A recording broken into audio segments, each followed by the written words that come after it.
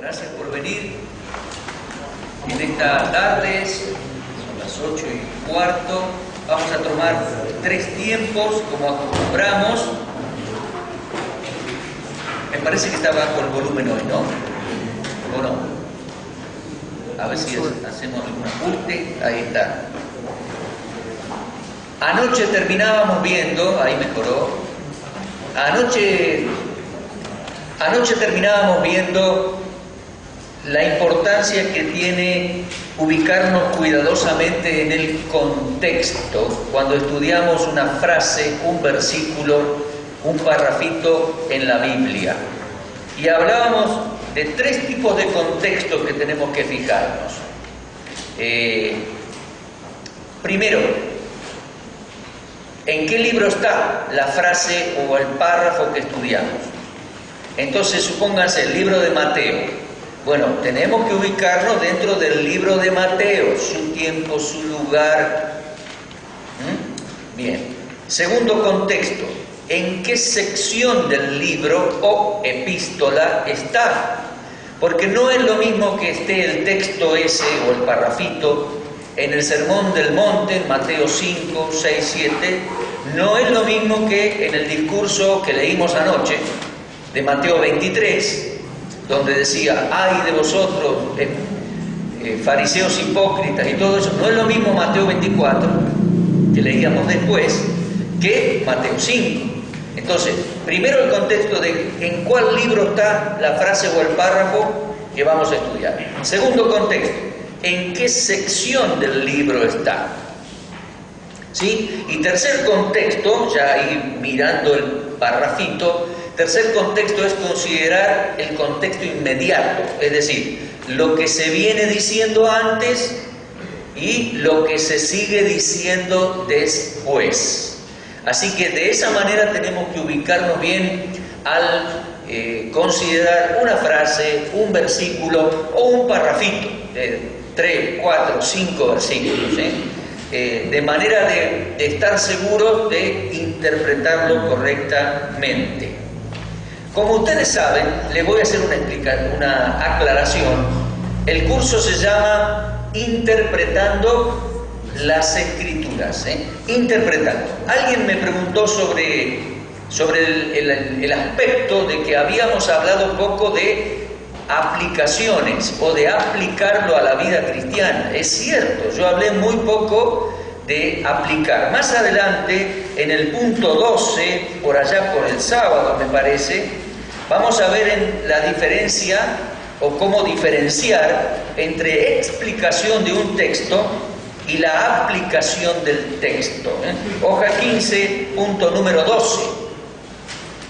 Pero el objetivo de este curso es que podamos en principio interpretar bien los libros de la Escritura. Porque, miren, si interpretamos bien y tenemos un corazón dispuesto, aplicarlo a la vida cristiana es fácil, es relativamente fácil, es obedecer lo que el texto dice. No confundir lo que el texto dice, aplicarlo mal para la vida. No, nosotros no usamos la Biblia para aplicarla toda a nuestra vida. Recién le decía a un hermano, ¿cómo aplico yo a mi vida las 70 semanas de Daniel? Y la estudio, la primera venida de Cristo, los años, los días, lo estudio, conozco la palabra del Señor. No hay una aplicación directa a mi vida personal, ¿de acuerdo? Tampoco somos como esos que hacen de la Biblia un acertijo. Abren así, con los ojos cerrados ponen el dedo, leen el versículo y dicen, ¡ay, el Señor me habló! No, no hacemos así. Se cuenta un viejo dicho de alguien que hacía así. Entonces agarró, abrió la Biblia, leyó y dice, saliendo Judas, se ahorcó. Señor, ¿qué me quieres decir? Cerró la Biblia así, la abrió de nuevo, puso el dedo, leyó, dice, lo que debas hacer, hazlo pronto. No usamos la Biblia como con un acertijo así, ni para bien, para que nadie se ahorque, ni para mal, ni para bien, ni para buscarla. No. Es que no debemos tratar la Escritura de esa manera. Debemos estudiar las Escrituras, interpretarlas y después, bueno, vendrá el devocional, vendrá la aplicación a la vida, etc. Estamos con la importancia de los textos fuera de contexto. A esto se añade que algunas denominaciones cristianas, además de la Biblia, agregan otros libros. Anoche veíamos el caso de los mormones, que han agregado a la Biblia el libro del Mormón, que prácticamente a la Biblia la tienen ahí como excusa, pero lo que usan es el libro del Mormón. Nosotros creemos que la fuente de nuestra fe, al menos mi fe, es la Escritura, la Biblia. Estos 66 o 70 libros, como querramos contar, son el fundamento de mi fe, la primera y última palabra. Cuando dice el Señor, yo soy el alfa y la omega, está diciendo, yo soy la primera letra y la última, no hay que agregarle nada. Y es más, Él dijo, ni una jota ni una tilde pasará de la ley hasta que todo se cumpla. Entonces, este es el fundamento de nuestra fe. El católico romano le agrega dogmas de fe. Hay muchos dogmas del catolicismo romano. El conflicto se plantea cuando el dogma moderno de estos siglos o de estos años contradice lo que dice el texto bíblico. Hay un dogma católico, hay varios, como por ejemplo la Inmaculada Concepción de María. ¿Qué quiere decir ese dogma? La Inmaculada Concepción de María. Ellos dicen que María fue concebida sin pecado. María es la concepción de María, no la concepción del bebé Jesús. María fue concebida sin pecado para que después dé a luz al bebé Jesús, pasados unos añitos, sin pecado. Es un invento realmente, y es un invento que contradice al libro de Lucas. Porque el libro de Lucas nos dice que vino el ángel a Nazaret, a la casa de María, y le dijo que en la persona de María iba a haber una concepción milagrosa. No la mamá. En la persona de esa jovencita llamada María, los judíos la llaman Miriam, no importa mucho la variante, ahí iba a ser el milagro. Y el milagro, el ángel se lo explica, María acepta, le dice, hágase en tu sierva, de acuerdo a tu palabra, le dice al ángel, acepta la voluntad de Dios en su vida para dar a luz al Mesías de Israel. Pero ¿qué hago con un dogma que contradice lo que me dice el texto bíblico? Hay una decisión que tomar, dejar el dogma. Hay otros dogmas católicos, como por ejemplo María permaneció siempre virgen, y hacen malabarismos para explicar que María permaneció virgen pero escúcheme, en los evangelios dice que en Mateo 1 dice que y en Lucas 1, en Lucas 2, hay que buscarlo bien el texto, dice que José no tuvo relaciones matrimoniales con ella hasta que nació el bebé Jesús. Dice, y no la conoció hasta que nació el bebé Jesús. Eso implica que después sí la conoció. Es más, en los evangelios se mencionan hermanas y hermanos del Señor Jesús. Obviamente hijos legítimos de José y de María.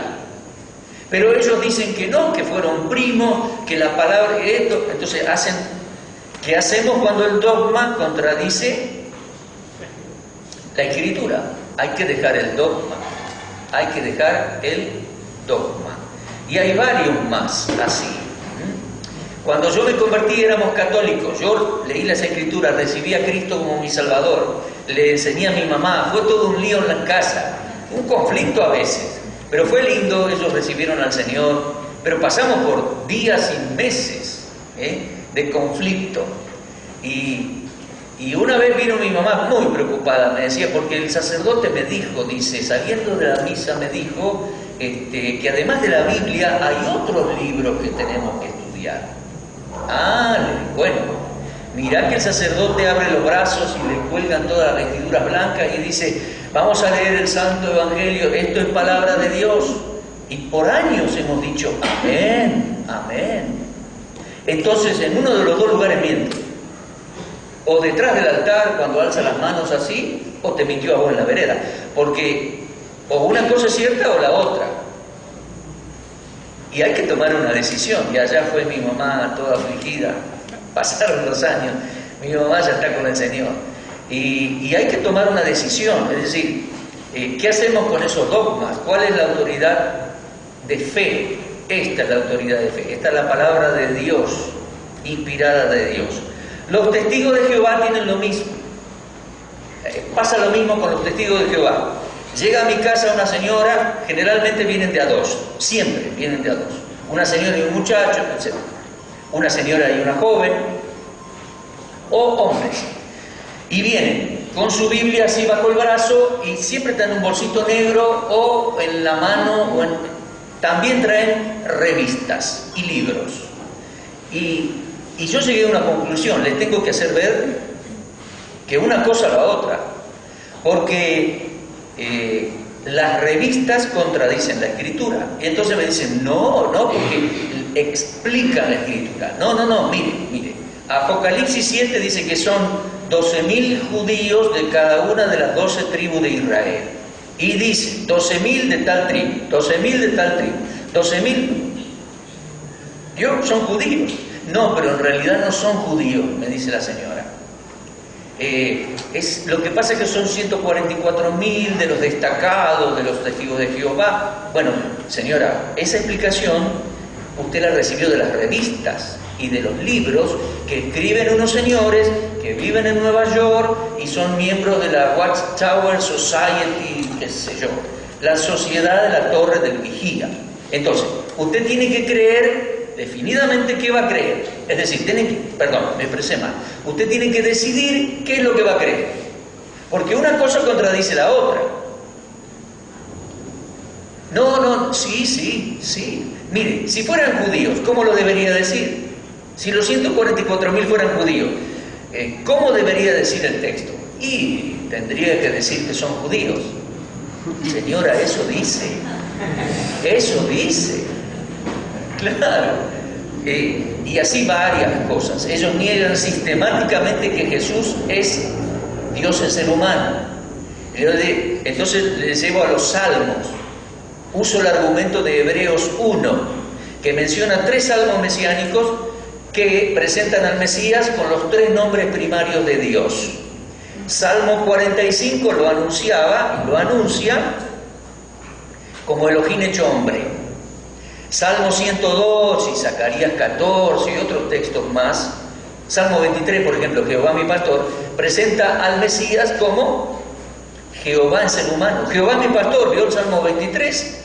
Cuando vino el Señor Jesús a los patios del templo en Jerusalén, dijo, yo soy el buen pastor, el gran pastor. Muchos judíos tomaron piedras para matarlo a piedrazos, porque o le cree, o es verdad, o es una blasfemia. Todos estos salmos entonces, el 102, el 23, Zacarías 14, presentan al Mesías como Jehová en ser humano. Y el Salmo 110 lo presenta como Adonai en ser humano, porque dijo el Señor, Jehová, a mi Señor, Adonai, siéntate a mi diestra.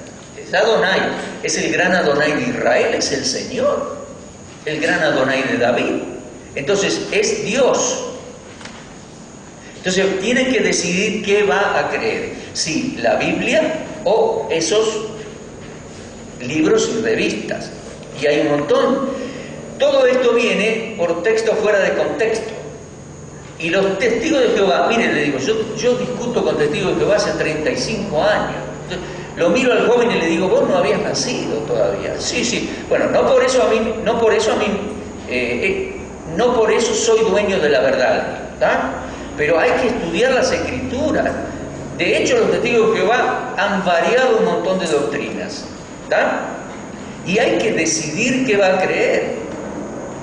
O la Escritura, o los libros y revistas de ellos. Ahora, a veces los cristianos no nos damos cuenta que nosotros tenemos inconvenientes parecidos a los mormones, o a los católicos, o a los testigos de Jehová. Tenemos el texto, pero al texto le sumamos ciertas interpretaciones. Es difícil despegarse de eso, porque todos tenemos una iglesia, todos tenemos una línea doctrinal, todos tenemos una escuela, por decirlo así. Todos hemos sido invitados o llevados a Cristo por un amigo. Y bueno, cuando alguien nos trae al Señor, también nos trae a su forma de doctrina. Me llevará tiempo, si tiene algunos errores, me llevará tiempo entender los errores y costará salir. Así como cuesta salir de la religión de los padres, mencioné 2, 3, también cuesta salir de la línea doctrinal donde llegamos o entramos la primera vez. ¿Entienden eso? Y hay varias líneas doctrinales evangélicas, distintas teologías o puntos de vista, si lo quieren llamar. Y uno de los grandes problemas contemporáneos que tenemos, no porque sea nuevo, sino porque es de siglos, pero se instaló en muchas iglesias, es el problema de los cristianos reformados o la teología pactista. Eso vamos a ver mañana viernes. Con los pactos yo les voy a mostrar lo que es la teología pactista. A propósito, la teología pactista no tiene que ver con los 8 pactos de la Biblia, sino con 3 que ellos han diagramado, que sucedieron antes de los tiempos. Teología pactista, que son los reformados y que a veces les llamamos calvinistas. Y también es toda una serie de libros, y hay hermanos que se meten en esa doctrina. Algunos desde siempre, porque bueno, se convirtieron en una iglesia así o crecieron como niños en una iglesia calvinista. Hermanos, el calvinismo es mayoría en Europa, y no sé si en Estados Unidos también, entre las iglesias evangélicas. Y bueno, surge la discusión y circulan los libros y de pronto se instala la discusión porque alguno se puso fanático sobre el tema y es difícil de tratar. Estuve hace 15 días, estuve en Santa Cruz de la Sierra, en una iglesia allí en Bolivia, tomando toda la semana, bueno, de lunes a jueves, para tratar de este tema. Fueron 3 horas por noche y como acá, fueron 12 horas. Voy a tratar de resumir el tema en esta hora y en la otra, porque creo que mayormente son inconvenientes surgidos doctrinales por texto fuera de contexto. Y aquí, imaginen la pila de libros, porque los muchachos y las damas que estudian esas cosas leen muchos libros.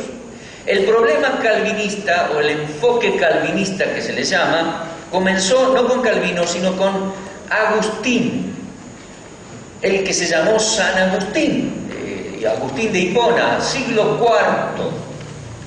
Agustín tuvo una vida muy pecaminosa, según él cuenta su historia, y cuando al fin se convierte al Señor se siente sucio, se siente indigno, bueno, todos lo somos, y él entonces empieza a estudiar las Escrituras, tiene cercano a él aquella versión, la Vulgata latina, fue traducida la Biblia del griego al latín vulgar o común de aquellos días, y todo eso hizo que él distorsionara algunos textos con esto de la elección. Él decía que era absolutamente indigno y llegó a entender que Dios lo había elegido desde antes de la fundación del mundo, lo había predestinado porque no podía eso ser de otra manera, porque él era un sucio cadáver espiritual, algo así. Y Agustín escribió muchos libros y tratados. Agustín puso la base de la teología católica y de la teología reformada también, de los reformadores, porque muchos siguieron sus escritos doctrinales. Ojo que estudiar antes la Biblia en aquellos siglos no era como ahora. Nosotros ya tenemos todo traducido. Les recomendé 4 versiones para consultar. Versiones que las podés consultar apretando un botoncito en la computadora y te aparecen encolumnadas en la pantalla. Reina Valera, NBI, Biblia de las Américas, Biblia textual. Hoy me mostraron la Biblia Mundo Hispano. ¿Sí, pastor? Dice que es buena. Ahí está. También. ¿Ven? Bueno, ellos no tenían esa oportunidad que tenemos nosotros. Se tuvieron que meter a estudiar y y a traducir a sus propios idiomas, y libro a libro no es fácil, porque nosotros, viste que uno de los principios también que en algún momento hemos mencionado es que la Biblia se interpreta con la Biblia, o sea, un pasaje de un libro arroja luz sobre el otro, eso también es cierto. Ellos no tenían tanta oportunidad, tenían que ir leyendo muchas veces a la luz de una vela, no había electricidad, no había corriente. Entonces, nosotros tenemos muchas más ventajas para estudiar. Agustín escribió mucho, puso la base de mucha teología. Casi 12 siglos después, siglo XVI, si no me equivoco, por allá por los años 1500, los tiempos de Cristóbal Colón y sus viajes y Europa de aquel tiempo, surge un hombre también con un fuerte carácter, una gran capacidad, mucho estudio y mucha capacidad de oratoria, y escribe mucho también. Ese fue Calvino, siglo XVI. Y él se basó en los escritos de Agustín y desarrolló lo que hoy se llama el calvinismo, él y sus seguidores. Cuando Calvino moría, había un niño de 3 años más o menos, si no me equivoco los años, que estaba creciendo y se llamaba Jacobo Arminio.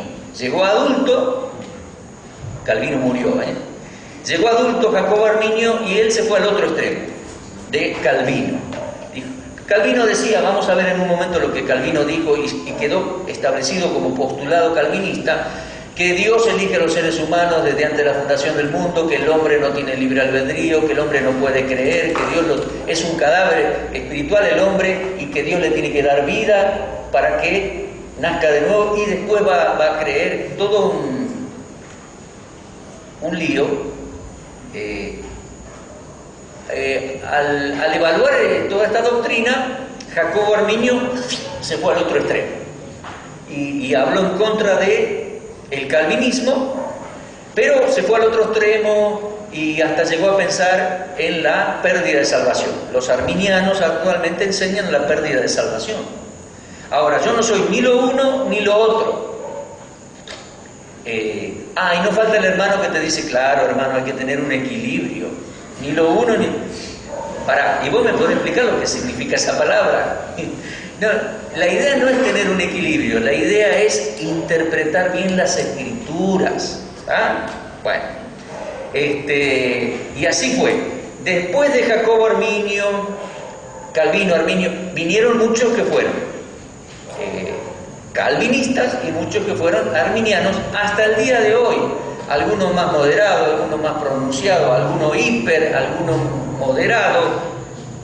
Y la idea es, ¿hay otra alternativa? Porque cuando se ponen a discutir calvinistas y arminianos, ellos tienen la idea de que no existe otra alternativa. Pero yo le digo, mira, yo no soy calvinista. Entonces usted es arminiano. No, yo nací en Santa Fe, soy hincha de Colón de Santa Fe. Lamentablemente en estos días estamos mal. Bueno, ni lo uno ni lo otro. Y entonces trato de interpretar las escrituras, libro a libro. No me quiero llamar ni calvinista, ni arminiano, ni wesleyano, ni nada de ello. Estoy mencionando grandes hombres. Yo no estoy cuestionando sus vidas. Estamos analizando la doctrina. ¿Entienden? No quiero ser nada. Yo soy cristiano. Yo quiero interpretar cada uno de los libros y las epístolas del Nuevo Testamento y la Biblia toda en su correcto contexto, lugar y forma. ¿Te das cuenta? Y aquí se van sumando los libros de Agustín, los libros de Calvino, los libros de Arminio que le hizo la contra. Y en un rinconcito por acá después vino Wycliffe y vino el otro y vino Wesley, los hermanos Wesley, y todos fueron escribiendo libros. Entonces, si vas leyendo los libros de todos ellos, como algunos hermanitos muy estudiosos hacen, enardecidos en la discusión, te enredas en todos estos libros y la persona termina enredada sin salir nunca. Entonces, para mí hay que clarificar un poco el panorama y después dedicarse a estudiar la Biblia, o sea, dedicarse a estudiar estos libros y dejar aquellos, ¿va? Pero vamos a ver en esta tarde un esquema de lo que es el calvinismo. ¿Se ve bien allí? Ahí lo van a enfocar. Allí sí, ahí lo van a enfocar. Bueno, 5 puntos. Es un esquema que no sé bien dónde se originó, pero está muy popularizado. ¿Ah? Es un esquema. Es un acróstico, es un jueguito de letras basado en la palabra tulip, que es la flor del tulipán en inglés, tulipán. Es una ayuda a memoria, allá está en inglés con letras blancas, ¿no? Blancas. En inglés, porque viene del inglés, todo este lío nos traen los libros de Inglaterra, Estados Unidos y todo eso. Bueno, sí, digo así porque, ¿sabes qué? Yo estoy convencido de que leyendo la Biblia solamente y sin leer estos libros, uno no puede llegar a ser calvinista. Bueno, hasta ahí, punto y seguida. Los 5 puntos en inglés allá y traducidos al castellano en rojo aquí, ¿sí? Bueno, el primer punto es la T, total depravación, ahí está traducido. El segundo punto es la U, unconditional election, ¿sí? ¿Cómo es? Ahí está, elección incondicional. El tercer punto es la letra L, limitada expiación. El cuarto punto es gracia irresistible, irresistible gracia. Y la P es la perseverancia de los santos. Ahora, hay que explicar todo esto porque son sencillas palabras, no con la idea que nos puede saltar a la cabeza cuando lo leo, sino que hay que explicarlo como ellos lo explican. Para entender a los calvinistas hay que entender cómo ellos explican estos puntos calvinísticos, cómo los explican calvinísticamente, no según nuestra cabeza, sino la cabeza de ellos, para entender lo que ellos dicen en primer paso, ¿sí? Bueno, total depravación, número 1. ¿Sabes qué dicen ellos? En primer lugar, hablan de que el ser humano es totalmente depravado. El pecador, el ser humano, está muerto en pecados, totalmente depravado, no puede salvarse a sí mismo, si no tiene un salvador va al infierno. Sí, hasta ahí vamos bien. Pero el calvinista va a enseñar que es tan depravado el ser humano que no puede creer, es decir, no tiene la habilidad de entender el Evangelio ni puede creer si Dios no lo toca como un elegido. No puede creer, está muerto en pecado, muerto en pecado. Es un cadáver viviente. Yo tengo 2 CDs de una predicación de 1 hora cada uno, 2 CDs de un destacado predicador y escritor. Pasa 2 horas, 2 CDs, explicando lo que ellos llaman la doctrina de la inhabilidad total. ¿Qué? La doctrina de la inhabilidad total. ¿Está? ¿Y qué dicen? ¿Y qué creen? ¿Y qué dicen y qué creen con eso? Creen que el ser humano no tiene la habilidad de entender la palabra de Dios. Y le suman la inhabilidad de poder entender el Evangelio, no puede creer, no puede buscar a Dios porque está muerto en pecado. Entonces Dios lo tiene que escoger, lo tiene elegido desde la fundación del mundo, entonces Dios opera soberanamente en la vida de esa persona, porque Dios es soberano. Usan mucho la palabra soberanía los calvinistas. Lo elige, le da gracia irresistible, la persona es regenerada y entonces se ilumina para creer y entonces cree en Cristo. ¿Oíste, no? Primero Dios la regenera y después cree. Yo creo al revés, yo creo por las escrituras que se predica el Evangelio, la persona acepta a Cristo, es regenerada, pero primero cree y después es regenerada. Inmediatamente después, sí, pero no primero regenerar y después va a creer. En ese sentido, en ese punto, yo creo que los calvinistas ponen el carro adelante del caballo. No va. Primer punto, entonces, total depravación. ¿Cómo explicamos eso? Bueno, busquen por favor. Yo les hablé un poco del concepto de muerte ya, ¿sí? ¿Se acuerdan? Yo entiendo que la Escritura dice que el ser humano está muerto en delitos y pecados.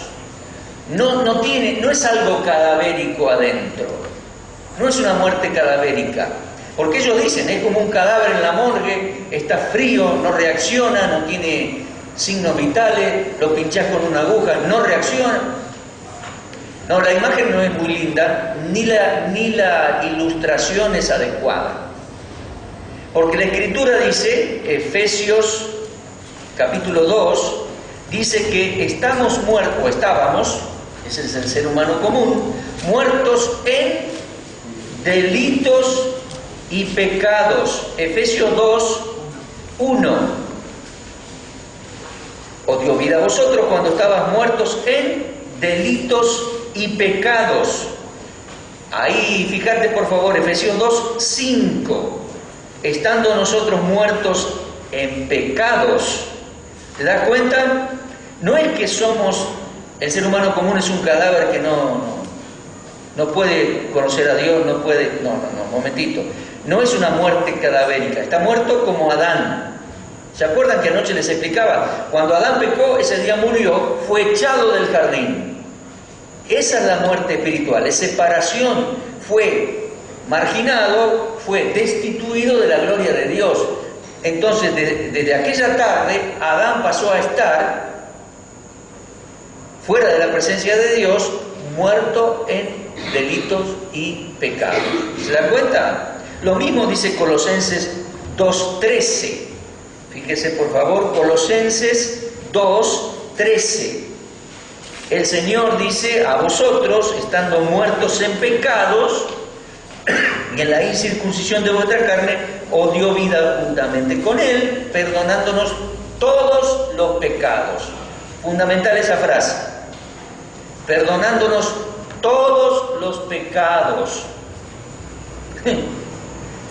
Una anécdota breve, entre paréntesis. Una vez vino una joven con una señora, testigo de Jehová a casa. Y la chica, yo le hablé de Cristo, le dije que era creyente en Cristo y en la Biblia. Y me dice la chica, sí, ahora están preparados para ser más amables y aceptar más de Cristo y hablar un poquito. Claro, dice, porque Cristo murió en la cruz por nuestro pecado original. Sí, siguió hablando. Digo, ¿cómo? ¿Murió por qué? Por nuestro pecado original. Ahí te voy a hacer una pregunta. ¿Cómo yo hago para limpiarme de todos los demás pecados que cometí en mi vida? Si Él murió solo por mi pecado original.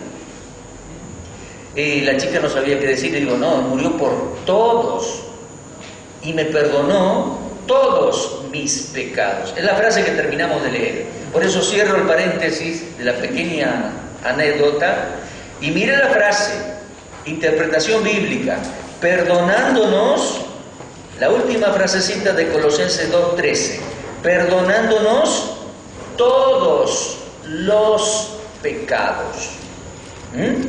Ok, pero estamos en esta situación. El ser humano está muerto en delitos y pecados. No es un cadáver que no puede percibir la palabra de Dios o no puede entender el Evangelio. Sí puede. Todo el Nuevo Testamento da a entender que tenemos que ir a predicar y que la gente va a oír el Evangelio y lo va a entender. Lo puede rechazar o lo puede recibir. El calvinista va a decir entonces que el ser humano está totalmente depravado, tiene inhabilidad para creer, incluso para buscar a Dios. Para buscar a Dios ellos dicen, vamos a leer Romanos 3. Y ustedes se van a ir dando cuenta, son textos fuera de contexto, porque decir que el ser humano es totalmente depravado es incorrecto. Sí que está perdido, no se puede salvar a sí mismo, es pecador, no por obra se va a salvar, sí. Pero que no puede entender, o que no puede comprender, o que no puede buscar a Dios. Romanos 3. Hay una acusación ahí. Bueno, capítulo 1, 2, 3, Pablo viene desarrollando una acusación para todos los pecadores, ¿sí? Y llega a una conclusión, Romanos 3, 9. ¿Somos nosotros mejores que ellos? No, ninguna manera. Porque ya hemos acusado, mira la palabra, acusado a judíos y gentiles, que todos están bajo pecado. Como está escrito, dice Pablo, no hay justo ni aun uno, no hay quien entienda, no hay quien busque a Dios, todas se desviaron a una, se hicieron inútiles, no hay quien haga lo bueno, no hay ni siquiera uno. Ahora el calvinista va a tomar este texto y va a decir, ve, el ser humano está totalmente depravado, no puede buscar a Dios. Explican la palabra inútil, a una se hicieron inútil, que se usaba para la fruta en descomposición, que ya no era útil para comer ni para vender. ¿Vieron? Está podrido, está muerto, cadavérico, no puede, no puede buscar a Dios, dice, no puede. Mire que el texto no dice que no puede, ¿eh? ¿Cómo? No, es una acusación, es un reproche. No está enseñando que no puede, está enseñando que no quiere. Los acusa. Le dice que todos están bajo pecado y no hay ni un justo, ni siquiera uno. Y dice versículo 11, no hay quien entienda, no hay quien busque a Dios. Pero esto es un reproche. No dice el texto, no hay quien pueda buscar a Dios. Los calvinistas le dieron una vueltita de rosca, es decir, torcieron estos conceptos y este versículo para hacerle decir al texto, y se lo dicen a la gente, que el ser humano común no puede buscar a Dios. El ser humano común puede buscar a Dios y de hecho lo están buscando, mal o bien, puede. Y muchos textos en la Biblia alientan al ser humano a buscar a Dios. Me alegro que hace años atrás Marcos Vidal hizo una canción que repetidas veces dice, buscadme y viviréis, citando un texto de los profetas. Hay varios textos, profetas y los salmos. Buscadme, dice Jehová, buscad al Señor entre tanto se pueda. En tanto... Puede ser algo. No entendí. Puede ser algo. Ahí está, en tanto puede ser salvo. Buscad al Señor, es decir, decimos pueda ser allá. Buscad al Señor entre tanto pueda ser hallado. Vamos llamando a la gente al arrepentimiento y que busque a Dios, porque el hecho es este: si hubiera un ser humano que está mirando para otro lado, jamás busca a Dios y tal, bueno, Dios no salva a alguien totalmente enajenado y distraído, no lo salva así. Dice, lo eligió, lo toca con su varita, a este sí lo salvó. No. Dios salva a personas que le están buscando. La persona por sí sola no va a llegar al trono de Dios, golpear su puerta y decir te encontré. No puede. Pero Dios le sale al encuentro porque Dios busca al pecador. ¿Se acuerdan la parábola del Señor? Que el buen pastor busca a la oveja perdida, la encuentra y la pone en sus hombros, viene contento. Así hay gozo en el cielo, dice, por un pecador que es hallado, un pecador que se arrepiente. El ser humano tiene que buscar a Dios, tiene que arrepentirse. Bueno, por nuestra prédica, nosotros le llamamos a la gente a que busque a Dios y que venga a Dios y que se arrepienta y que reciba el perdón de Dios. Pero no es que el ser humano es un cadáver que no puede salvarse por sus obras, totalmente de acuerdo, necesita al Salvador, pero puede buscar a Dios, puede entender el Evangelio y necesita nacer de nuevo, recibiendo al Salvador, recibiendo por la fe el Evangelio, recibiendo a Cristo. ¿Vamos? Entonces, el ser humano está totalmente depravado. Momentito. Allí hay un montón de textos fuera de contexto. Y algunos vimos. El ser humano es totalmente pecador y está totalmente perdido. Pero no es totalmente depravado en el sentido que dice el calvinista, que es un cadáver, que no puede creer, que no tiene libre albedrío. El calvinista dice que el ser humano no tiene libre albedrío, no tiene voluntad de elegir y voluntad de decidir, no puede. No, en esos términos no. A propósito de términos, aquí en el tulip hay 5 términos, 5 letras. Muchas de esas palabras ni siquiera existen en la Biblia. Depravado, totalmente, depravación total, y después incondicional, elección incondicional, limitada, expiación limitada, ni siquiera está en la Biblia la palabra. ¿Cómo Este es otro planteo. ¿Cómo vamos a reducir el inmenso caudal de la soteriología, es decir, el inmenso caudal de las doctrinas de salvación, y lo vamos a pasar por un agujerito, como si fuera un embudito, de estos 5 puntos que parecen resumirlo todo, y encima de eso hay palabras que ni están en la Biblia? ¿Cómo es que palabras que no están en la Biblia pueden resumir todo el contenido de la Biblia? No, es inaudito. Entonces, yo no estoy de acuerdo con el primer punto. Todos están hechos contexto fuera de contexto. ¿El hombre es pecador? Sí. ¿Está muerto en delitos y pecados? Sí. ¿No puede salvarse a sí mismo? Sí. Necesita al Salvador, pero puede oír la palabra, puede oír el Evangelio, y es su decisión rechazar o menospreciar o recibir al Salvador. Primer punto, entonces. Segundo punto. Vamos a ver el segundo, tercero, y después tomamos un receso. El segundo punto dice la elección incondicional de Dios. Porque, dicen ellos, Dios es soberano. Otra palabra que usan mucho, aunque no está en el acróstico. Dios es soberano. No puede el ser humano elegir. Primero porque no puede, dicen ellos. No tiene libre albedrío. Y segundo que, escúchame, entonces la salvación, que depende del ser humano. No, depende del Salvador y si el ser humano lo acepta o no. Pero volvamos al concepto. Soberanamente el Señor, el soberano, elige incondicionalmente. Desde antes de la fundación del mundo, Él ya marcó. El de remera amarilla sí, el de negro no, el de rojo sí. Y Él es soberano. Y cuando le preguntamos por qué, no está claro en la Escritura qué determina su elección. No está claro. Pero no lo podemos cuestionar, porque Él es el Señor y no falla, y no lo podemos cuestionar. ¿Qué lenguajes? ¿Qué ideas? El gran problema con esas ideas es que no está en el Nuevo Testamento esa idea, esa mentalidad. Él no elige así. Hay textos que dicen que somos escogidos y usa la palabra eclectos, una palabra griega que significa llamados afuera. Kletos en el griego significa llamado. Por el Evangelio llamamos a la gente. Son llamados. El que responde al llamado, póngale ex hacia afuera. Excleto es el llamado sacado afuera de este mundo, del pecado, de los vicios, sacado afuera. ¿Y llega a dónde? ¿A dónde va a estar?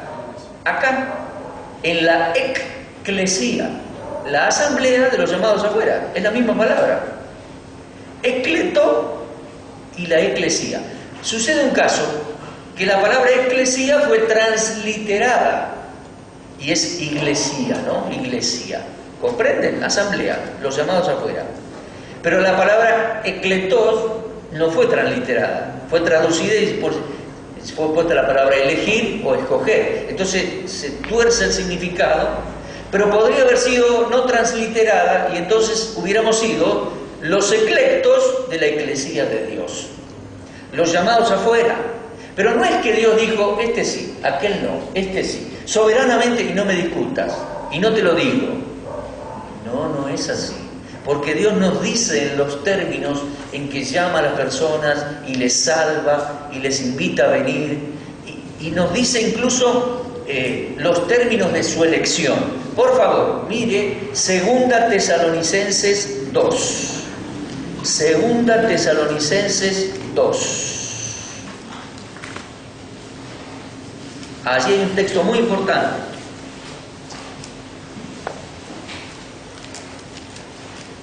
Segunda Tesalonicenses 2:13.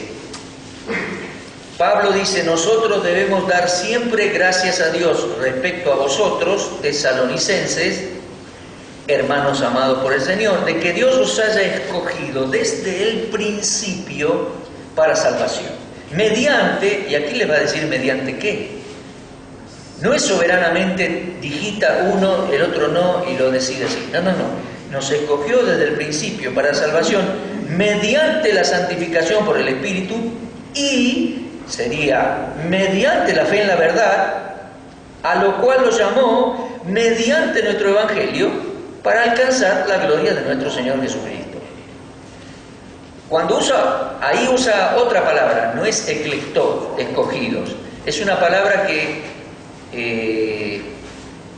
es aeromai y significa simplemente escoger entre uno y otro, pero es allí donde explica mediante qué lo hace. Nos escogió mediante la obra del Espíritu Santo que nos fue santificando, la fe en la verdad y mediante el llamado del Evangelio. De esa manera, el que responde es un escogido de Dios, pero no es arbitrario ni soberano, es mediante. Otra cosita, la palabra principio. Mire lo que dice allí. Dice, os ha escogido desde el principio para salvación. Te pregunto, ¿cuál principio? ¿Cuál principio? El calvinista va a decir desde antes de la fundación del mundo. Bueno, es un uso de la palabra, pero ahí no lo dice. Número uno. Y número dos, la palabra principio se usa para muchos principios. Puede ser desde antes de la fundación del mundo. El Señor dijo que el diablo era mentiroso desde el principio, la misma palabra. Pero eso no es desde la fundación del mundo, porque Dios no hizo al diablo mentiroso. Es mentiroso desde el día que cayó, allá al principio, hace mucho, ¿tá? Pero no es el mismo principio, hay dos diferentes. Y así la palabra se usa para diferentes acepciones o diferentes puntos de principio. Te voy a mostrar una interesante, está en Hechos 11. Vamos a buscar esa palabra principio. Y después vemos si volvemos a 2 Tesalonicenses. Hechos 11. Te cuento, en Hechos 10, el apóstol Pedro recibe una visión y Dios lo convence que tiene que ir a predicar. Él estaba en Jope y tiene que ir a predicar a Cesarea. Cuando vas a Israel vamos en micro, son 50 kilómetros, re lindo. A la mano izquierda te queda el Mediterráneo, vas mirando el Mediterráneo y hay una ruta que sube así. 50 kilómetros llegamos a las ruinas de Cesarea, capital romana. Tuvieron que caminar, fueron un día de camino. Los que lo vinieron a buscar, vinieron un día, durmieron ahí, al día siguiente fueron para allá. Predicó en la casa de Cornelio, la primera vez que un apóstol judío, un hombre judío, predicaba a gentiles. Y recibieron el Espíritu Santo, se convirtieron. ¿Se acuerdan de eso? Te cuento algo. Cuando Pedro fue a Jerusalén, los demás hermanos le cuestionaron. ¿Cómo fuiste a la casa de los gentiles a comer entre los gentiles? Es inmundo, es impuro. Les costó admitir la idea de ir a predicar el Evangelio a los gentiles. Muchísimo les costó. ¿Y sabés qué hizo Pedro? Le contó en orden todo lo que había sucedido. Por eso el capítulo 11 casi repite el 10. Y en un momento dice, ¿quién soy yo? Y se comencé a predicar y la gente oyó y cayó sobre ellos el Espíritu Santo. ¿Quién soy yo? Dice, para impedir todo eso. Mire. Hechos 11, versículo 15. Cuando comencé a hablar, cayó el Espíritu Santo sobre ellos también, como sobre nosotros es la misma palabra, al principio. Pero no habla del principio de la fundación del mundo, ni otro. ¿Es el principio de qué? Al principio, dice, está haciendo referencia al principio de la iglesia, al principio de Hechos 2, no hay duda. Hechos capítulo 2.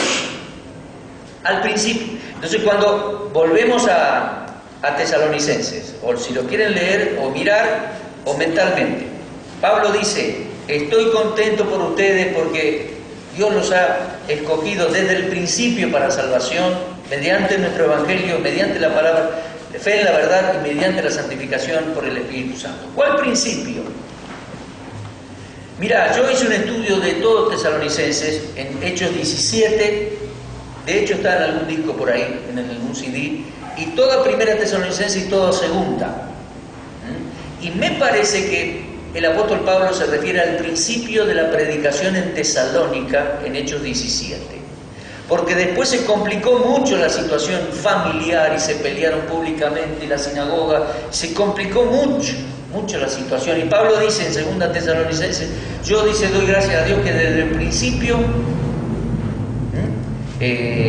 Dios los escogió para salvación mediante, no fue una decisión así soberana, que uno sí, otro no, sin decirle a nadie por qué. No, momento. Desde el principio se escogió Dios mediante la santificación del Espíritu, la fe en la verdad, eso de parte de ustedes, los que creyeron, y mediante mi predicación del Evangelio. De esa manera Dios escoge, saca afuera gente. ¿Entienden? La elección no es arbitraria, solapada. Dios nos revela, nos enseña cómo procede. El Señor nos envió a predicar el Evangelio. Y tercer punto. Raúl, una pregunta. Raúl. Sí, a ver, tú, Lee, el tercer punto, sí. ¿Eso no se basa en Efesios 1:4? Entonces, cuando dice, Saúl nos escogió en él antes de la fundación del mundo, no habla de salvación. Por supuesto, sí, hay un montón de textos que van a usarlo de esa manera. Según nos escogió en él desde antes de la fundación del mundo.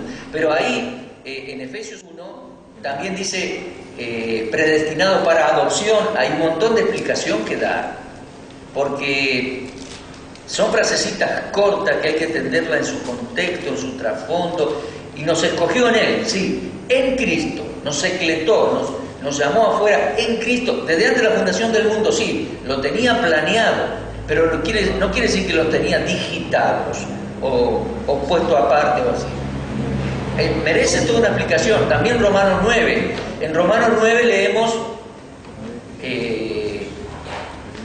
que fue eligiendo Dios, etc. Y llega un punto, alguien me escribió una vez un mail. Yo había enseñado el Evangelio de Juan por radio y hablé del amor de Dios, Juan 3:16, todo eso. Y alguien me escribió y me decía, usted nunca leyó Romanos 9, que dice, a Jacob amé y a Esaú aborrecí. Doble sacada de contexto, más o menos. Doble sacada de contexto. ¿Por qué lo digo? Porque primero que lo sacó de contexto de Romanos 9, y segundo, hay que fijarse de dónde Pablo toma ese texto en el Antiguo Testamento. Cuando dice a Jacob amé y a Esaú aborrecí, no está hablando de los dos seres humanos, está hablando de dos pueblos.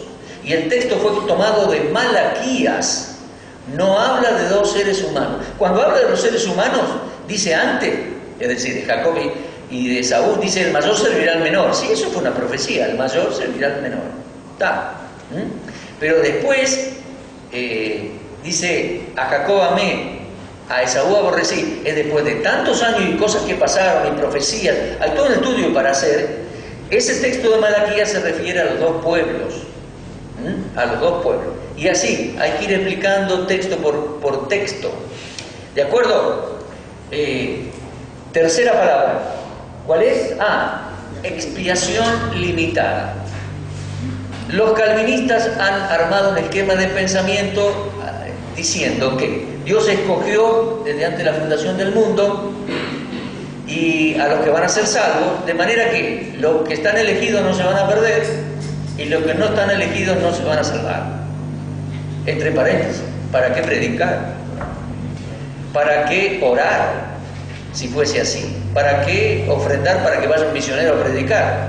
No. Aunque admito que hubo grandes predicadores calvinistas, caso Spurgeon, en general el calvinismo desalienta el evangelismo y desalienta la oración para la salvación de los familiares y desalienta la obra misionera. ¿Está? Cerramos el paréntesis. Expiación limitada. Entonces ellos dicen, como tiene escogido unos pocos, envió al Hijo, y el Hijo, el Señor, murió no por todos, dicen ellos, sino por los escogidos. ¿Pero cómo? Sí, Cristo murió por los escogidos nada más. Por eso es expiación limitada. No es así. Te muestro algunos textos. Juan 3:16. Porque de tal manera amó Dios al mundo que ha dado a su Hijo unigénito. ¿Para qué? Para que todo, ese todo implica todo, para que todo aquel, el aquel implica personal. Todo aquel que en él cree no se pierda, mas tenga vida eterna. Pero mira por favor, Primera de Juan 2:2. Primera de Juan 2:2. Dice Juan: hijitos, estas cosas les escribo para que no pequéis. Si alguno hubiere pecado, abogado tenemos para con el Padre, Jesucristo el justo. Y Él es, ¿cómo dice el texto? La propiciación por nuestros pecados. Y después sigue diciendo: y no solamente por los nuestros, sino por los de todo el mundo. Mire eso. ¿Se da cuenta? Él es el sacrificio propiciatorio por todos los pecados, los nuestros y los de todo el mundo. Algunos textos más. Mire, es Isaías 53. Yo sé que usted se acordará de esto, porque se lee muchas veces en la Cena del Señor. Es un pasaje muy conocido por nosotros. Isaías 53, escrito 700 años antes de Cristo. ¿Sí? ¿Qué dice? Jehová cargó en él. Mire, a ver. Mire Isaías 53:5. Él herido fue por nuestras rebeliones, molido por nuestros pecados. Bueno, 6. Todos nosotros nos descarriamos como ovejas, cada cual se apartó por su camino, mas Jehová cargó en él el pecado de todos nosotros. Y mire cómo lo dice el escritor, y lo va a decir varias veces: el pecado. O sea, Isaías aquí habla de un cordero que va a ser llevado al matadero. Versículo 7: angustiado él, afligido, no abrió su boca, como cordero fue llevado al matadero, como oveja enmudeció delante de sus trasquiladores, enmudeció, no abrió su boca. Versículo 10: con todo eso Jehová quiso quebrantarlo, sujetándolo a padecimiento, cuando haya puesto su vida en expiación por el pecado. El versículo 6 dice: cargó en él el pecado. Versículo 10: expiación por el pecado. O sea que anunciaba el Cordero que iba a cargar el pecado de todos nosotros. Este es el lenguaje que toma Juan el Bautista. Cuando Juan lo señala al Señor en el Evangelio de Juan 1:29, ¿qué dice? He aquí el Cordero de Dios que quita él. Es un pack, es un paquete. Dios no ve algunos pecados para cargar sobre él, o el pecado de algunos. Ni siquiera habla en plural Isaías y Juan el Bautista. Ellos dicen el pecado del mundo. ¿Se da cuenta? Es todo el pecado, todos. Yo entiendo por las Escrituras, hermanos, que el Señor Jesús murió por los pecados, todos los pecados de todos los seres humanos. Eso significa el pecado del mundo. Mire Hebreos 2:9, y ya es tiempo de tomar un receso. Hebreos 2:9. Vamos a buscar el texto. Dice allí Hebreos 2:9: vemos a aquel que fue hecho un poco menor que los ángeles, a Jesús coronado de gloria y de honra a causa del padecimiento de la muerte, para que por la gracia de Dios gustase la muerte por todos. El Señor gustó la muerte por todos. Y el otro día me fijé en la NBI, si no me equivoco, ¿alguien tiene aquí? Dice, a ver si lo podés leer, me parece que dice que gustase por la muerte por la gracia de Dios para todos. Algo así, a ver. Terminando así, capítulo 2, versículo 9. ¿Para qué? Sin embargo, vemos a Jesús que fue hecho muy inferior a los ángeles, coronado de gloria y honra por haber padecido la muerte. Así, por la gracia de Dios, la muerte que él sufrió resulta en beneficio de todos. Ahí está, en beneficio de todos. Entonces, pero yo me acuerdo de otra versión entonces. Bueno, que decía que era por la gracia para todos, gustó la muerte. Es lo mismo, es para todos. Gustó la muerte para todos gustó la muerte por todos, por la gracia de Dios. Fue nuestro sustituto en la cruz, cargando todo nuestro pecado, como yo le leí a la chica testigo de Jehová en Colosenses. Nos perdonó todo, pero no solamente por los nuestros murió, sino por los de todo el mundo. En el centro de la historia, en el lugar marcado, en el día indicado, hermano, el Cordero murió por los pecados del mundo, no cabe duda. A toda esta estructura armada por hombres se llegó contexto fuera de contexto. Y recibiendo la enseñanza de estos libros que amontoné acá. ¿Se acuerdan? Agustín, ¿qué más dije? Calvino y otros. Pero como los testigos de Jehová, hay que decidir si voy a creer esto o voy a creer esto. Si lo puedo armonizar, si no armoniza, bueno, tengo que desechar esto. Vamos a volver sobre los otros dos puntos y algunos aspectos más que tengo aquí anotados. Era necesaria esta explicación, viene a tema, porque estamos interpretando las Escrituras y esto es, me propuse hacer el curso ilustrando todas estas cosas con versículos y con problemas actuales, que Israel, que la profecía, que el calvinismo, que los testigos de Jehová, que el catolicismo. ¿Se da cuenta?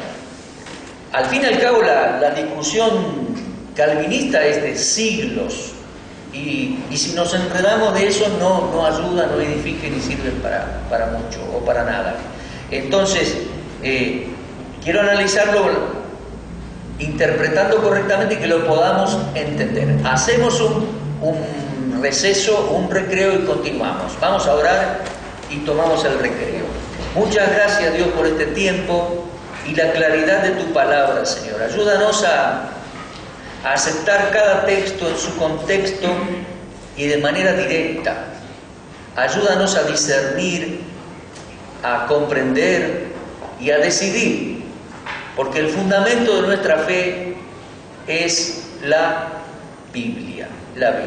Gracias por este tiempo, Dios. Pedimos tu bendición en el nombre de Cristo. Amén.